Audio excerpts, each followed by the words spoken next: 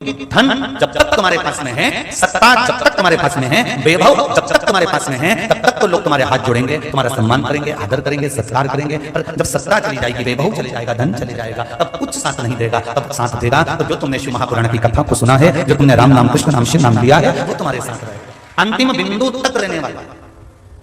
परसों की कथा में कहा था गधों के लिए मकान मत बनाना। बोलो सही है कि गलत?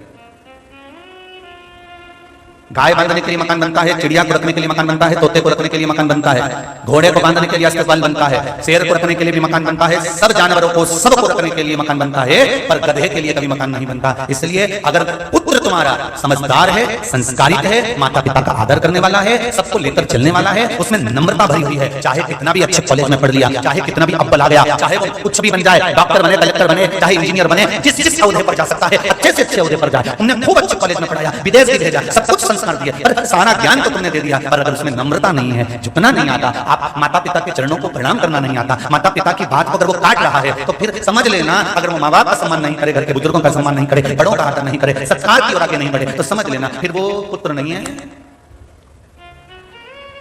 जम के बोलो जरा, गधा है। फिर गधे के लिए जमीन जायदाद में सब, फिर गधे के लिए गधी भी ढूंढो, सही मतलब ढेर लगाना। और जब गधा तुम्हारे कहने के नहीं चले तो फिर वो चले कौन? अरे जम के बोला गधी, फिर वो चले।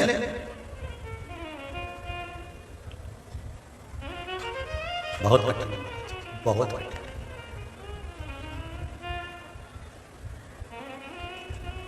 सरलता की ओर चले, कुछ मत दो। बच्चों को अगर कुछ देना है, खूब अच्छे कॉलेज में पढ़ाना, खूब अच्छे स्कूल में पढ़ाना, वीआईपी से वीआईपी।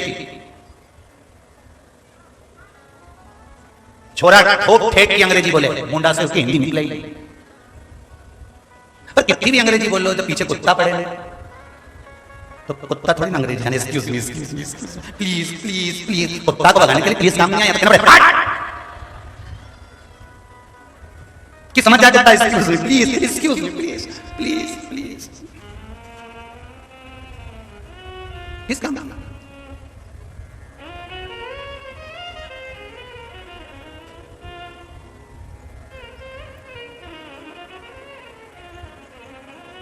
अब खूब पढ़ा, बेटे को अच्छे से अच्छे कॉलेज में पढ़ा, ठेठ मुंडा से अंग्रेजी जड़े, ऐसा कॉलेज स्कूल उसको दिला, वीआईपी कल्चर हो आपके बच्चे का, मनाना, खूब अच्छे कपड़े पहने, उनकी भी मनाना, पर एक चीज में कमी मत देना, आपके चरणों में झुकने में और आपकी बात काटने में उसको आगे मत बढ़ने देना। उससे कहना खूब पढ़, आगे बढ़, पर माँ बाप और घर के बड़े जो हैं इनको झुकते रहना, प्रणाम करते रहना, आदर करते रहना। इनके सामने बड़ा मत बन जाना, इनके सामने झुकता। बहुत अंतर है। पूरे भारत की भूमि पे इतने सारे वृद्धाश्रम बने हैं, तुम सारे वृद्धाश्रम में घूम के जाना, जहां तुम्हारी मर्जी पड़े उस वृद्धाश्रम में भी चले जाए। भोपाल है, इंदौर है, आसपास में बहुत वृद्धाश्रम है, तुम्हारी मर्जी पड़े अपने शहरों के वृद्धाश्रम में जाओ, जितने लोगों से मिलना उतने लोगों से मिलना। पूरे वृद्धाश्रम में, भारत की भूमि के जितने वृद्धाश्रम हैं, अरे वृद्धाश्रम में जाकर एक बात किसी से पूछ लेना कि वृद्धाश्रम में जितने भी बूढ़े मिलेंगे, वो बूढ़े गांव के नहीं मिलेंगे, वो बूढ़े हमेशा शहर के ही मिलेंगे। पढ़े लिखे लड़कों ने अपने माँ बाप को वृद्धाश्रम में छोड़ा है। जिसके पास में जमीन तक नहीं है, जिसके पास जमीन तक नहीं है, जमीन भी नहीं,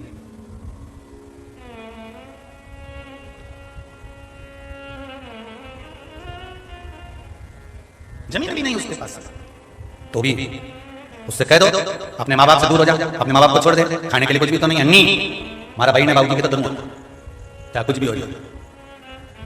लुगाई के छोड़ आएगा मायके, अरे भाई बाबूजी के तो धरूंगा, लुगाई भी कहते ठीक है तुम धरो तो मैं भी सेवा कर लूंगी, क्योंकि बल तुम में होना चाहिए। मैं अपने माता पिता को तो धरूंगा। कितने वृद्धाश्रम हैं, उन सब में घूमकर आना।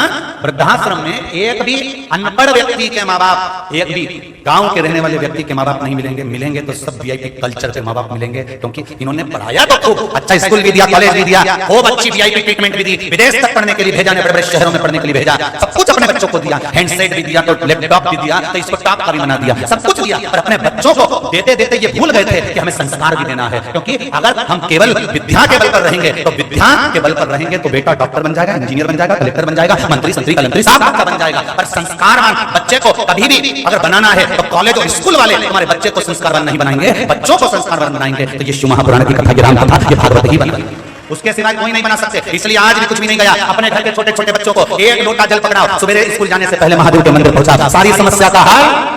एक लोटा जल जब वो रगड़ता हुआ धीरे धीरे प्रेमवश आराम से चलकर शिव मंदिर जाएगा, उसको नी भी चढ़ाना आएगा तो भी कहीं तो पानी ढोल के आएगा, कहीं तो जाएगा, उसको जाना। स्कूल बाद में जाना, बच्चा लेट हो रहा है, बेन आने वाली है, गाड़ी आने वाली है, और सिर वाला मानस करा पहले मंदिर में। तो बच्चा अगर स्कूल जाने के टाइम पर बेन का टाइम हो गया तो मेरी जीजियों आपसे निवेदन है थोड़ा तुम जल्दी जगो। पर तुमने टाइम बांध के रखा है, छोरा जाए 8 बजे, अम्मा उठे 7 बजे। 7 बजे उठ के इसकी जो लीला चालू होती है जगदम्बा की, उठते से पहले छोरे को उठ जा, बेन आने वाली है, वो जल्दी से। और जो चिल्लाने पड़ी, बिना मुंडा धोए रसोई घर में चली गई, टिफिन मिफिन बना के अभी 7:30 बज गए, उठ रहा कि नहीं उठ रहा, और फिर नहीं उठा तो धो दिया लपक के। फिर इतने में दादी आ गई, दादी ने संभाला, तू एक काम कर टिफिन बना ले, मैं छोरे को तैयार कर दूंगी, क्योंकि ये चाहती थी कि बुढ़िया उठे, ये तो चाहती थी। और वही हुआ, और बुढ़िया ने बच्चे को संभाल लिया, इसने टिफिन बनाया, और छोरा पे उसका काम कबूला कर बांध बुला के सब बैग सजा के, और बैग हाथ में लेकर और पहुंची फिर करवा जाते हैं, और मैं खड़े ना बेन आने वाली है। और बेन में जब बिठाए तो छोरा भी खांच में से बाय बाय करे, गजब की अम्मा है, धन्य है। जाते जाते छोरा भी के भगवान, अगर स्कूल नहीं होता तो हमारी जिंदगी नरक हो जाती। भगवान ने पूछा वो कैसे? सवेरे 8 बजे का पीछा छोड़ती है अम्मा, शाम को 5 बजे आता हूं तो अम्मा को लगता है कि खूब पढ़ के आया होगा, फिर प्रेम करती है खूब आराम से। थोड़ा जल्दी जागिए, बच्चों को जल्दी जगाइए, उठाकर स्नान कराकर तांबे का लोटा हाथ में पकड़ाओ, जल दो, जाओ बेटा जल लेकर जाओ।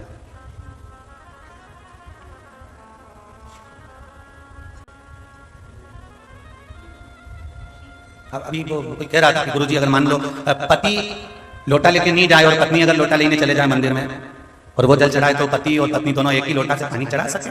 हमने कहा कोई दिक्कत तो नहीं है वैसे, पर दिक्कत एक जगह पे खड़ी हो सकती है। तो हमने उनसे पूछा इससे होगा क्या? तो गुरुजी आधा आधा दोनों का हिस्सा में मिल जाए। हमने कहा दिक्कत एक जगह पे हो सकती है कि तुम कहो कि पति दान करेगा तो पत्नी को मिल जाएगा, पत्नी दान करेगी तो पति को मिल जाएगा। आपको एक बात पहले भी कही है, आज फिर कह रहे हैं, सावधानी से सुनिएगा। इसी कुबेरेश्वर बाबा की पावन धरा पर 2019 में जो कथा करी थी इसमें बात कही थी, पति पत्नी दोनों अगर साथ में रह रहे हैं, दोनों हैं और दोनों साथ रह रहे हैं, तो पति और पत्नी दोनों दान अलग अलग करे, अलग अलग दान का महिमा बताएं। जल चढ़ाना है, साथ में पति भी लेकर जाए, पत्नी भी लेकर जाए। इसलिए पशुपति व्रत में 2 थाली जाती है अगर पति पत्नी दोनों कर रहे हैं। पर बाकी की जो पूजन हो, जिसमें मंडल बनाए जाते हैं, नवग्रह बनाए जाए, 16 मातृका बनाई जाए, पंचलोक बनाए जाए, भद्र मंडल बनाया जाए, सर्वत्व बनाए, जो भी पुण्य मंडल बनाए, ब्राह्मण जब पूजन कराने बिठाएगा तो एक थाली से पूजन कराएगा, एक कलश से पूजन कराएगा। विधान के साथ जब पूजन हो रही है तो पति पत्नी का जब बटोरा बन गया तो एक थाली से पूजन।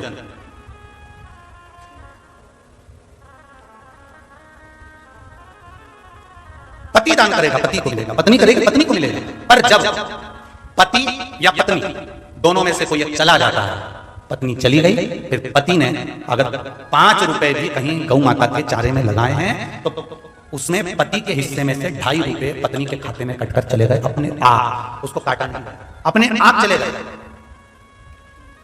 पति पत्नी में से अगर एक भी अगर चले जाता है, एक भी अगर परमात्मा के धाम चले गया, तो फिर दोनों में से जो भी एक रहेगा मृत्यु लोक में, और वो अगर दान कर रहा है, वो व्रत कर रहा है, वो एकादशी कर रहा है, वो प्रदोष कर रहा है, वो पूजन कर रहा है, वो अनुष्ठान कर रहा है, वो कोई पुण्य कर रहा है, वो ब्राह्मण भोजन करा रहा है, वो सत्कर्म कर रहा है, तो उसका आधा हिस्सा उसके खाते में चले जाएगा, जो गया उसके खाते। तुम जाओ लोटा लेके, जल लेकर जाइए। शिव मंदिर में अगर आपका मन है कि पत्नी कलश लेके जाती है, मैं हाथ लगा लूंगा, तो कलश लेकर पत्नी जाए, हाथ लगाए, मना नहीं है। पर एक काम जरूर करना, अगर जल आप चढ़ा रहे हो दोनों मिलकर, वैसे तो नियम अनुसार शरीर में अगर रोग है, बीमारी है, कष्ट है, घर में बहुत दुख है, तो जितने सदस्य घर में रह रहे हैं प्रत्येक घर का सदस्य एक लोटा जल शिव जी के जरूर चढ़ाए। क्यों? हो सकता है तुम्हारा घर तो अच्छा है कि तुम जल चढ़ाने लगे, उसका घर भी अच्छा है वो जल चढ़ाने लगा, फिर भी घर में काम नहीं हो रहा, तो घर में तो कोई एक व्यक्ति ऐसा रह रहा है जिसका मन पूजन में नहीं जा रहा, जिसका मन शिव के द्वार तक नहीं जा रहा, भगवान उसको बुलाने नहीं जा रहा, तो उसको हमें मंदिर तक पहुंचाना है। क्यों पहुंचाना है? क्योंकि हो सकता है इसी के घर से हमारे घर में तरक्की नहीं हो पा रही, उन्नति नहीं हो पा रही, तो उसको मंदिर तक लेकर जाना है, उसको द्वार पर छोड़ कर आना है, भगवान के भरोसे पर फिर उसको छोड़ देना। जब वो एक लोटा जल चढ़ाना प्रारंभ कर देगा, हो सकता है कि हमारी भी कुछ उन्नति रुक रही हो किसी कारण से। भक्त कहता है, विष्णु पुराण प्रथम अध्याय, भक्त कहता है भगवान नारायण से, मैं तुम्हारे मंदिर में 56 भोग लगाऊंगा, बस थोड़ा धन आ जाए, प्रभु लक्ष्मी दे दीजिए, मैं 56 भोग लगाऊंगा। भगवान विष्णु ने तुरंत लक्ष्मी जी से कहा इसको लक्ष्मी दे दो, धन दे दो। लक्ष्मी जी बोली मेरी भी एक शर्त है, ये शर्त रखकर बैठा है कि भगवान मुझे धन देगा तो मैं 56 भोग लगाऊंगा। लक्ष्मी जी कहती है शर्त लगाकर मैं भी बैठी हूं, ये 56 भोग लगाएगा तब मैं लक्ष्मी जी मेरी शर्त लगाऊंगा। तुमने संकल्प ले लिया कि मैं पशुपति व्रत जब करूंगी जब मेरा ये काम होगा, मेरे पास में थोड़ा सा धन आएगा तो मैं भगवान इंतजार में बैठा है, धन का व्यवस्था मत करना, तू व्रत तो उठा, एक और चालू तो कर, मेरे मंदिर तक तो आ, फिर व्यवस्था करना मेरी जवाबदारी है, सारे रास्ते खोलना चालू कर दूंगा। तू आ तो उसकी चौखट तक जा ही नहीं रहा, तू उसके दरवाजे तक जा ही नहीं रहा। घर की अम्मा जा रही, घर की बहू जा रही, पर तू तो सुबह आराम से 9, 10, 11, 12 बजे तो उठे, मुंगेरी लाल के हसीन सपने उठ के फिर नहाए धोए न फिर जाए और जा जाके सारे पंडितों को पत्रिका दिखाता फिरे। समय अच्छा नहीं चल रहा।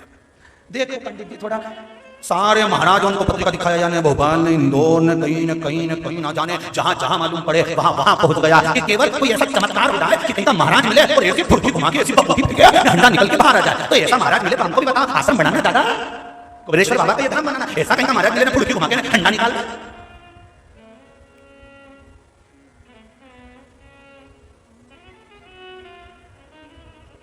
अगर ऐसी घुमा के हंडा निकालने वाले होते तो गीता जी में मेरा कृष्ण मेरा ठाकुर नहीं कहता कि कर्म करिए फल की इच्छा मत रखना, मैं दूंगा तो काम तो कर। पत्रिका देखकर कह दिया तुम्हारा योग अच्छा चल रहा है, गज केसरी योग है। ओहो,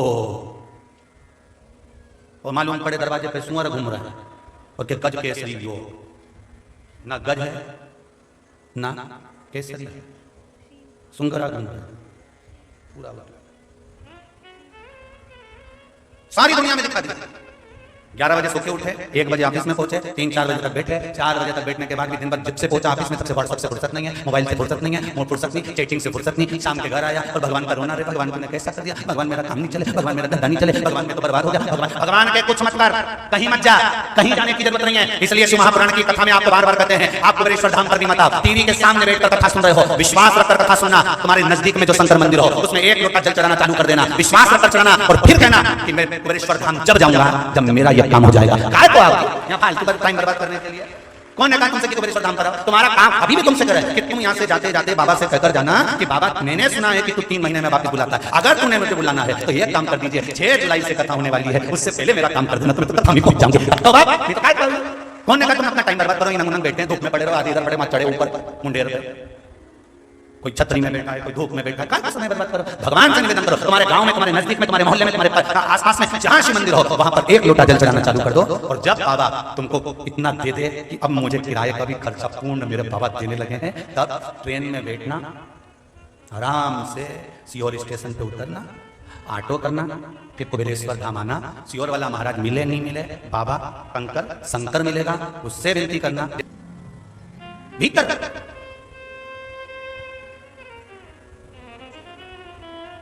अभी ये दोनों जजमान बैठे हैं हमारे सोनी जी और पाठक जी, इनके घर में भी कमरों में बहुत सुंदर सुंदर एसी लगे होंगे, हाल में भी लगे होंगे, जोरदार सा व्यवस्थाएं होंगी, सब कुछ होगा, भोजन भी अच्छा बनता होगा, सब काम होगा। अभी यहाँ तो एक सब्जी बने, भोजन पूड़ी बन जाए, रोटी बन जाए, चावल बन गया कभी। अब उसके बाद भी यहाँ के भवन में कहीं रह रहे हैं, कहीं रह रहे हैं, उसके बाद रात्रि को तपन भी होती है, उमस भी होती है, उसके बाद भी शिव भक्ति का जो बल होता है, जितना जितना मेरे बाबा को यहाँ पर तपाना होगा उतना तपाएगा, सब निचोड़ लेगा तुमको, तब यहाँ से भेजेगा कि तेरे दुख काट कर भेज रहा हूँ, यहाँ से दुख काटे हैं तब भेज रहा हूँ।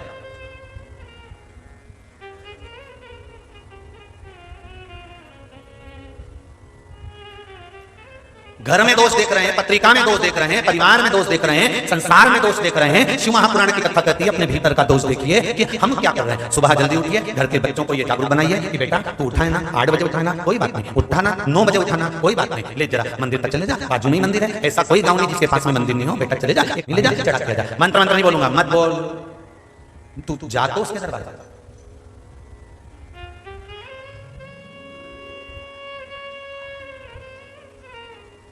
इतने प्रश्न आज के नवयुवक बच्चों में, इतने प्रश्न।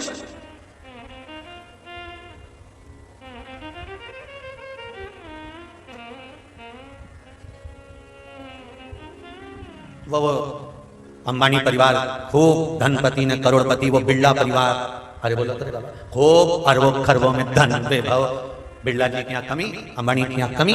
फिर उनको क्या पड़ी बिरला जी को कि एक मंदिर पूरा नहीं होता दूसरे मंदिर का निर्माण चालू करवा देते हैं, दूसरा मंदिर पूरा नहीं होता तीसरे मंदिर का निर्माण चालू करवा देते हैं, तीसरा मंदिर पूरा नहीं होता चौथे मंदिर का निर्माण चालू करवा देते हैं। क्या पड़ी वो अंबानी परिवार को कि उनके घर की बहू प्रत्येक पूर्णिमा को सत्यनारायण भगवान की कथा पंडित से नहीं खुद बैठकर करती है, पूजन करती है। क्या पड़ी, क्या पड़े तो सन्नाथ जी का छप्पन भोग करा है, क्या पड़े कि गोवर्धन जी का चुनरी उत्सव यमुना जी का करा है।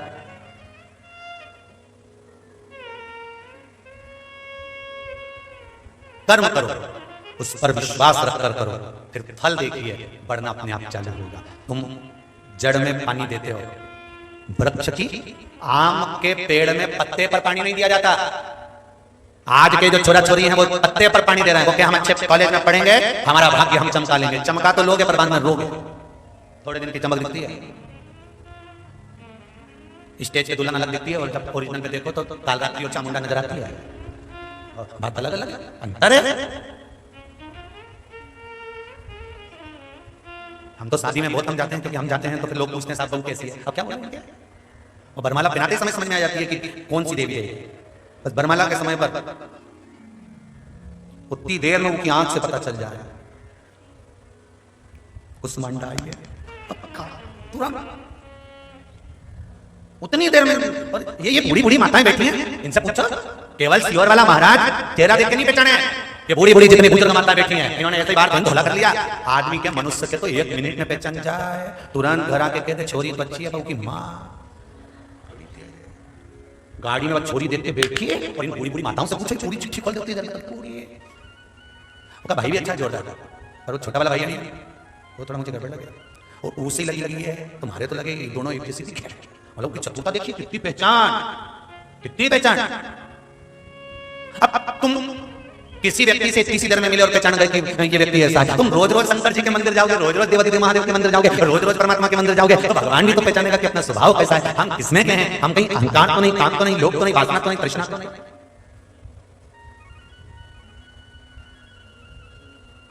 भीतर कहीं हमें जितने विकार भरे होंगे हम निकाल तो सकते हैं। आज ही कोई कह रहा था गुरुजी वहां के देश वाले ने ऐसा बम बनाया,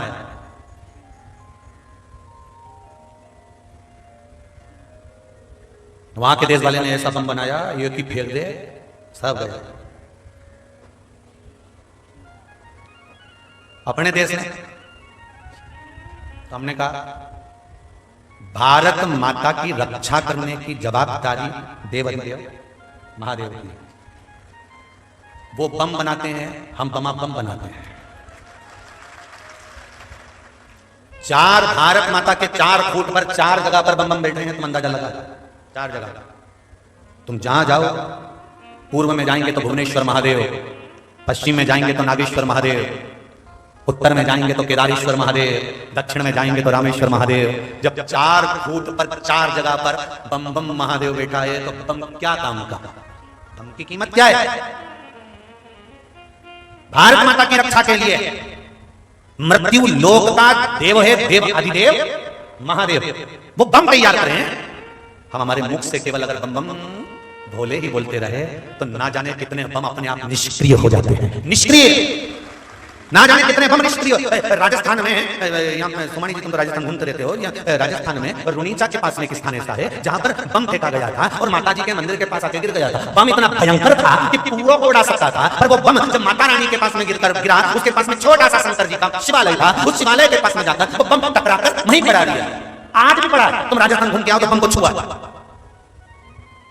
आज भी पड़ा, पर वो ना तो मंदिर उजड़ा ना महादेव। और कितना देर दर्शन करना है, केदारनाथ जी में त्रासदी आई, सब बह गए, सारे बड़ी बड़ी होटलें, बड़े बड़े क्या क्या बने हुए थे नजारे, सब बह गए। और वही नजारों में एक नजारा मेरे केदारनाथ का था, वो भी तो बैठा था, बह जाता पर नहीं, इसी को बम बम करता वो बैठा। अब एक विचार करो थोड़ा सा कि आप अपने बच्चों को अगर मंदिर जाने की आदत डाल देते हैं, आप अपने बच्चों को 1 लोटा पानी लेकर शिव मंदिर में चढ़ाने की आदत डाल देते हैं और माताओं से निवेदन है ये बात मत लेके आना कि ताजा पानी भर के ले जा, कि ये पानी भर के ले जा, कि वो पानी भर के ले जा। तुम तो छोरा छोरी इसके मटका में से उलीच में ली जा, तो मटका में से ले जा, ठंडा में भरा उठा ले जा, आरओ में से चालू कर उठा, अरे बोलो तो ले जा। क्योंकि छोरा छोरी को तुमने जब ज्यादा अगर बहुत ज्यादा अगर बच्चों को कहोगे नहीं पहले तू ये कर, पहले तू हाथ ऐसे धोना, फिर पाँव ऐसे धोना, फिर मंदिर में जाए तो ऐसा करना, तो छोरा छोरी पहले के लिए तो जाऊँ नहीं। हमें ज्यादा नियम धर्म नहीं बताना, शंकर जी की पूजन में ज्यादा नियम धर्म नहीं है। यहाँ तो शंकर भगवान को प्रसन्न करने के लिए कुछ नहीं चाहिए, शिव जी को प्रसन्न करने के लिए एक लोटा जल, एक अरे बोलो जम के बेलपत्र, बेलपत्र भी नहीं हो तो चढ़ी चढ़ाई उठाओ उन्हें दो चढ़ा। और अगर लोटा भी नहीं है, बेलपत्र भी नहीं है, तो मंदिर में जो पोछा पड़ा हो उस पोछे को उठाकर पूरे मंदिर में फेर। कभी कभी हम तो कई दादियों से कहते हैं कि अगर तुम्हारे घर में पोता नहीं आ रहा हो तो शंकर जी के मंदिर में पोता फेरना चालू कर दो, शिव जी भी कह देगा ये रोज पोता फेरती है, जा तेरे घर में पोता तो जा, तुम पोता तो फेरो। जीवाण का पोता थोड़ा कम करो, ये नहीं चलेगा। घर का सब काम करके जो बैठे नहीं उनके बाद जो चले तो शाम के 6 बजे तक ही जाए। और निंदा करने वाली बोले भी सर जाऊँ मैं, टाइम हो गया हमारा, तो फिर क्या चाय पी जाए, अभी और 2-4 की बात करें बैठ, और पूरा पोता फिर तुम मंदिर में जाओ, शिव मंदिर में जाकर जो कुछ मत करो। अगर कुछ ना बने तो सोमवार के दिन पशुपतिनाथ का व्रत करने वाली माताएं जब मंदिर में जाती है प्रसाद छोड़कर आ जाती है, कोई 1-2 नियम बना लो कि उन प्रसाद को अलग से उठाकर तसले में रख दूंगी, तसले में रखकर अगर बटेगा तो बांट दूंगी, नहीं कोई लेगा तो गौ माता को खिला दूंगी, और पूरे मंदिर में पोछा लगा कराऊंगी, क्योंकि ये तो आएंगी तो रखकर चली जाएंगी। तो हमारा भी तो फर्ज है कि हम कुछ करें, एक नियम बना लो कि मैं जाकर पूरे मंदिर को साफ कर दूंगी, स्मरण करूंगी, भजन करूंगी, और मैं साफ करते करते मुंडा मत चला जाओ, मैं साफ करते करते एक ही काम कर जो, भोलेनाथ दया करना मैं मेरे बाबा दया करना मैं तेरे भरोसे हूं। बस काम करते करते उसका स्मरण करते रहो, रसोई घर में भी काम कर रहे हो, अपने घर में काम कर रहे हो तो भी बोलते रहो बाबा बड़ा दुख है, भोलेनाथ दया करना मैं तेरे भरोसे हूं। उससे निवेदन मेरे भोले तेरा सहारा है, मेरी नैया का तू किनारा है। कर्म करना मत छोड़ना। आज के लोग सोचते हैं कि पका पकाया भोजन मिल जाए तो थोड़ा सा काम करो, थोड़ा सा। हम तो कुबेरेश्वर धाम आने वालों से भी कहते हैं कहीं तुम्हें पॉलीथीन पड़ी मिले, कचरा पड़ा मिले, उसको उठाकर डस्टबिन में डालो, उसका द्वार साफ कर जाना, तो घर जाकर तेरे भी जितने द्वार है वो अपने आप साफ हो जाएंगे, दिक्कत नहीं होगी, कष्ट नहीं होगा। विष्णु पुराण, अग्नि पुराण, पद्म पुराण, नर्मदा पुराण, जितनी पुराण तुम्हारे घर में रखी हो शाम को जाकर निकाल कर पढ़ना। उसमें लिखा है कि किसी भी तीर्थ में जाकर अगर हम फैलाते हैं, गलत काम करते हैं, कुछ भी हमने गंदगी करी है तो हमारी जिंदगी में हमारे पास से भी गंदगी समाप्त नहीं होती, ये हमारे पुराण कहते हैं। इसलिए तीर्थ में जाकर थोड़ी बुआरी काट, थोड़ी सफाई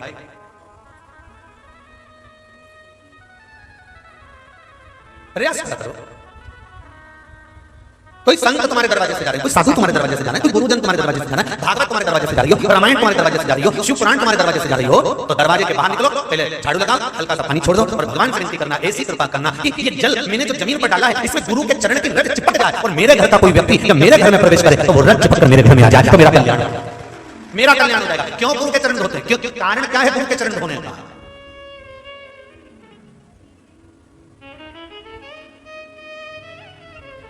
महाराज शबरी सवार रास्ता आएंगे राम जी, मेरा भी धन्य जीवन बनाएंगे राम जी।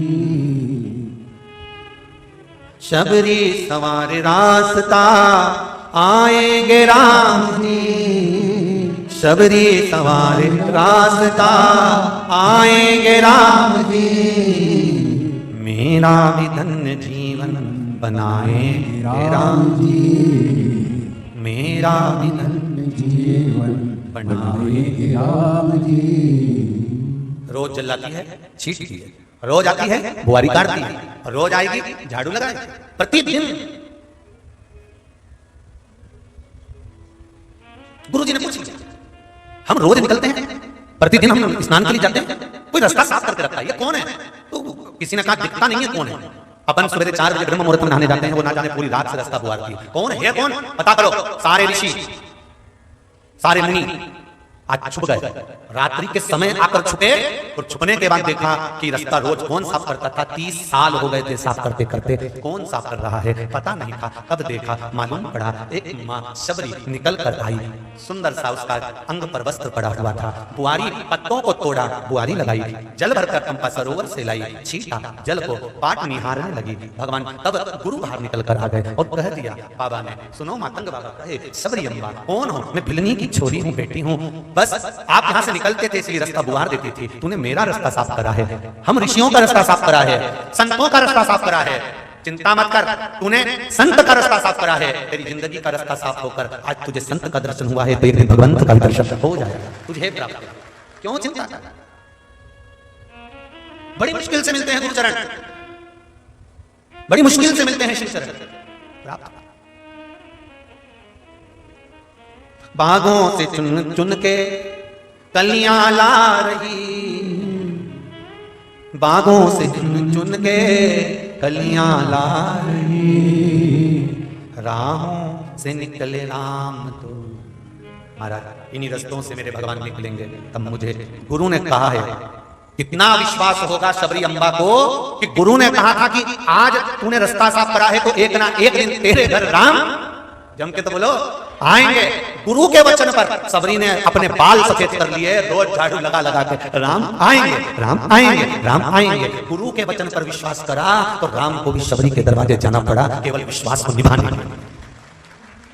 तो आप भी तो गुरु के वचन पर विश्वास करो कि गुरु जी ने कहा है एक लोटा पानी सारी समस्या का हल है, तो दुनिया का कोई बात टल नहीं सकती। गुरु के वचन पत्थर की लकीर होते हैं। मैं भी जब सबरी इंतजार कर सकती है तो मेरा दुख कटेगा तो शंकर के दरवाजे से कटेगा। नहीं छोड़ूंगी दरवाजा। सबरी ने रोज झाड़ू लगाई, मैं भी एक लोटा पानी रोज चलाऊंगी, नहीं छोड़ू। 2 महीना 3 महीना 4 महीना निकलेगा ना, निकल जाए। इतने भी तो धक्के खाए, कहीं वहां धक्के खाए, कहीं वहां धक्के खाए, कोई के वहां जाओ, कोई के वहां जाओ, कोई के वहां जाओ, सारी दुनिया में जाते फिरे, जाओ तो वहां चले जाओ, वहां जाओ तो वहां चले जाओ, सब दूर जा जाके परेशान हो गई। अब कहीं नहीं जाऊंगी। अब मेरे पर विश्वास हो गया कि सबरी ने इंतजार करा था राम का, सबरी के यहाँ राम को आना पड़ा केवल गुरु के वचन को निभाने के लिए। तो अब मेरी वचन निभाऊंगी। इस व्यासपीठ का एक लोटा पानी शिव जी को चढ़ाऊंगी। देखो दुख मिटे कि नहीं मिटे, वो आएगा और मिटा कर आना पड़ेगा, वो नहीं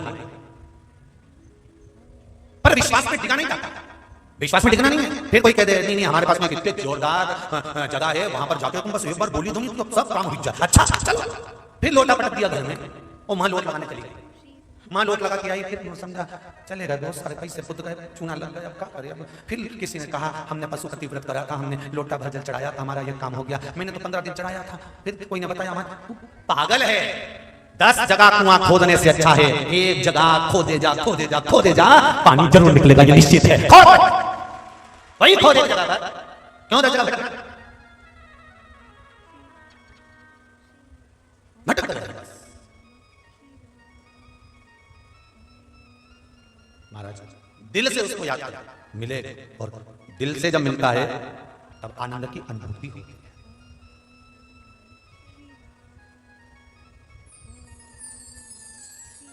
आप में से कितने लोग हैं जो 10 किलो घी पी सकते हैं? 10 किलो घी, शुद्ध घी पी सकते हैं? जिन जो पी सकते हो तो अंदर डब्बा रखा है, मैं बुलवा दूं, उसमें कोई दिक्कत वाली बात नहीं है। प्रैक्टिकल यही आस्था चैनल पे लाइव 10 किलो घी कोई नहीं पी सकता, पर वही 10 किलो घी का हलवा बना दिया जाए, आटे में सेक कर तैयार कर दिया जाए और फिर उस हलवे को खाया जाए तो आराम से अपन सब प्रेम से वो 10 किलो घी का हलवा, अरे बोलो तो जब खा सकते हैं। अपना घर का व्यक्ति 8 लोग, 5 लोग, 6 लोग, 4 लोग हलवे को खा लेगा। 10 किलो घी, 15 किलो घी, 50 किलो घी, 25 किलो घी का हलवा हमारे घर के लोग खा सकते हैं, हम खा सकते हैं, हम खा लेंगे। पर घी इतना हम नहीं पी सकते क्योंकि शरीर में बाद में कष्ट हो जाए, तो हलवा खा लें। उसी तरह जीवन में घी की तरह दुख आता है, कटोरा भरकर 10 किलो आएगा। इस 10 किलो घी को देखकर घबराना नहीं, पीपे भरकर घी को देखकर घबराना नहीं। अगर ये घी ज्यादा है तो इसको भगवान की कथा में इसका हलवा बना दो। दुख का हलवा, मतलब अगर जीवन में दुख है तो उसका हलवा बना। हलवा कैसे बनेगा? कहीं सत्संग में जाकर बैठ गए, कथा में जाकर बैठ गए, भगवान के भजन में जाकर बैठ गए और भजन में बैठकर आनंद करने के लिए, भक्ति का भजन धारण करने के लिए उसका स्मरण करने बैठ जाए। क्या होगा उसका फिर क्या होगा? धीरे धीरे धीरे धीरे धीरे धीरे भोला सब दुख काटो, ओ भोला सब दुख काटो। जीवन में बहुत दुख है, इन दुखों को आपको काटो, कोई दूसरा इसको नहीं काटेगा मेरे बाबा। काटोगे आप, मेरे बाबा से ये निवेदन विनती स्मरण करोगे तो सुख का अनुभव। एक तक में रुद्राक्ष का जल, अगर सही रुद्राक्ष आपके पास में है कुबेरेश्वर बाबा की धरा का, तो ये विश्वास मानकर चलिए कि कैसा भी रोग हो उसका निदान रुद्राक्ष का जल कर ही देता है, वो वही बैठता है। ये शिव शंकर शंभो शरणे मांगड़ी दुख हारो दया गाई दर्शन। शिव पर चढ़ा हुआ जल या रुद्राक्ष का जल या बेलपत्र, एक बात और आप लोगों से कहना चाहेंगे, बहुत अच्छे से सुनिए। कई लोग शिव जी पे चढ़ी हुई बेलपत्र रोज खाते हैं तो उनका मुंह छाछार भी हो जाता है।